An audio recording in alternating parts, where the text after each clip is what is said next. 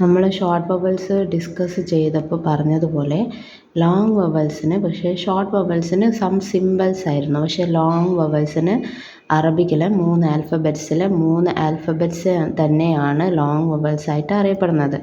അലിഫ്, വാവ്, യ ഈ 3 ആൽഫബറ്റ്സുമാണ് പിന്നെ അറബിക്കിൽ ലോങ് വവൽസ് ആയിട്ടും കൂടി അറിയപ്പെടുന്നത്.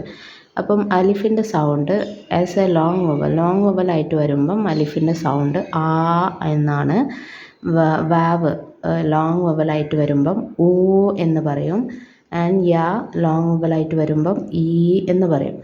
എങ്ങനെയാണ് നമുക്ക് ലോങ് വവലാണോ അല്ലേ എന്ന് ഇത് ഐഡൻറ്റിഫൈ ചെയ്യാൻ പറ്റുക? ഒരു ലെറ്ററിന് ഒരു ആൽഫബറ്റിൻ്റെ മുകളിൽ ഫത്തഹ ഇട്ടു, അതിൻ്റെ തൊട്ട് ശേഷം അലിഫ് വരികയാണെങ്കിൽ അത് ലോങ് വവൽ അലിഫായിരിക്കും. അപ്പോഴാണല്ലോ ഈ ഫത്തഹയോട് കൂടി ലോങ് വവൽ അലിഫും കൂടി വരുമ്പോഴാണല്ലോ നമുക്ക് ആ എന്ന് റീഡ് ചെയ്യാൻ പറ്റുക.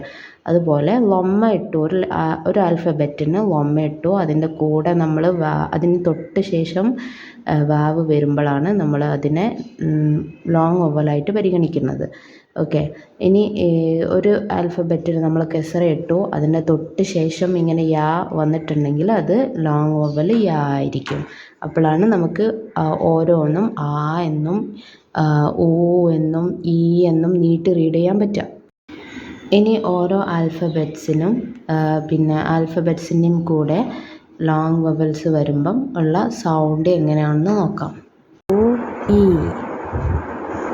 ബ, ബു, ബി, ത, തു, തി, സ, സു, സി, ജ, ജു, ജി, ഹ, ഹു, ഹി, ഹ, ഹോ, ഹി, ദ, ദു, ദി, ദ, ദു, ദി, റ, റു, റി, സ, സു, സി, സ, സു, സി, ഷ, ഷു, ഷി, സ്വ, സു, സി, ള, ളു, ലി, ത്വ, തു, തി, ള, ളു, ലി, അ, ഉ, ഇ, ഒ, ഉ, ഇ, ഫ, ഫു, ഫി, ക, കു, കി,